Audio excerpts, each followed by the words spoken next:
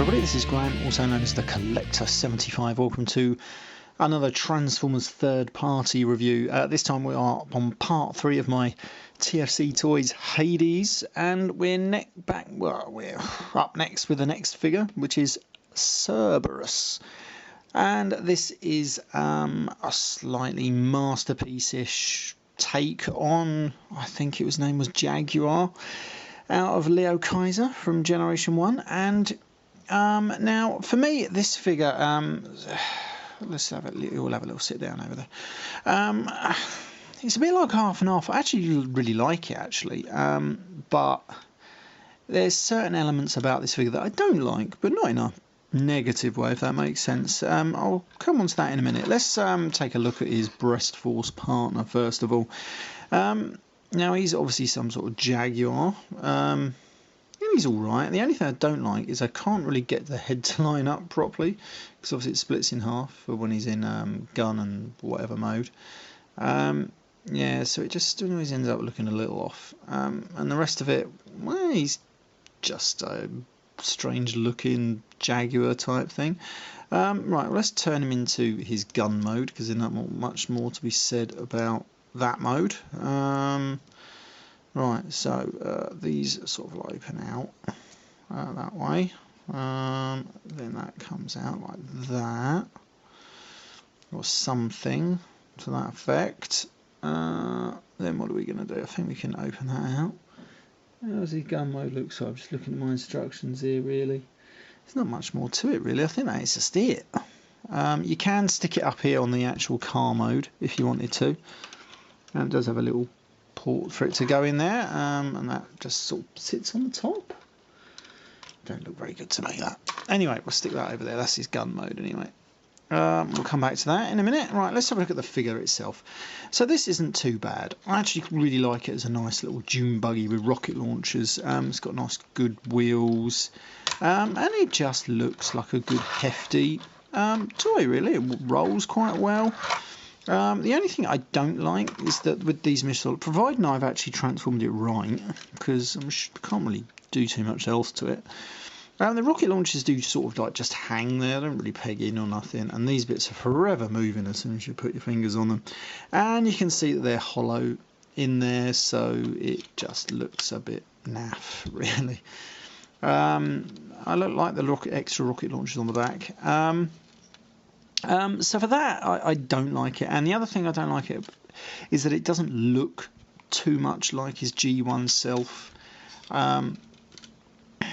You know, he had some fenders off the front here, and the rocket launchers on the back were flat and they were connected, so you didn't have the gap in between them.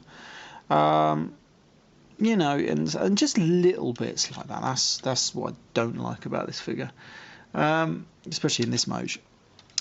But other than that, it's actually, like I said, pretty damn good. I like it. I think it looks good for what it is.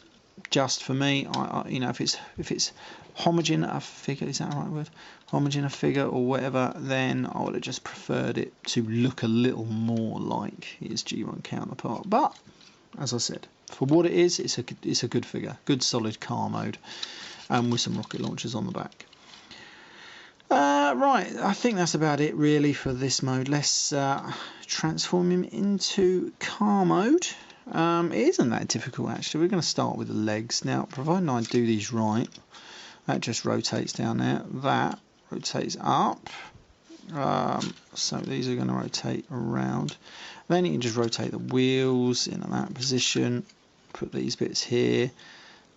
These little will flip down to form the toes. They're going to become knee guards. They raise up by any chance? Let me just have a look at the picture on the back of the box. Yeah, they do raise up. So they're on like a double hinge, and they sort of like just hang there. Is that right? I guess so. That looks a bit crap, doesn't it? Anyway, so they're just going to sort of like hang there. Don't really peg in though, do they? Is that right? If it is, that's a bit crap. Anyway, there we go. So there's his legs done, and I don't remember these tabbing in. Anyway, let's come to the arms. I think next of all we're gonna split this and this, take that out of there, that raises up and turns round, as far as I know, providing you can get it past the clearance issues on some bits. I did it earlier. I turned this round. That sort of goes around here somewhere. Let me turn it back round. Hopefully that's going to get it all out of the way. This bit folds down. And this bit is supposed to go here. Don't ask me why it does that one. I got it straight out of the box and that wasn't that way round. So I have no idea. Maybe that's for a bit better for when you turn him into somebody else. What's his name? The combined form. Anyway, we're going to stick with the arms here. You're going to bring these down, rotate that around. That rotates up or down. I don't know. Oh yeah, extend the arms. Flip out the little hands. That's going to open up. Believe it or not, we're almost there. It's not the most complex transformation on this, but it does enough.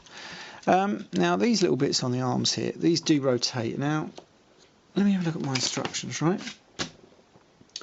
This has these pointing upwards,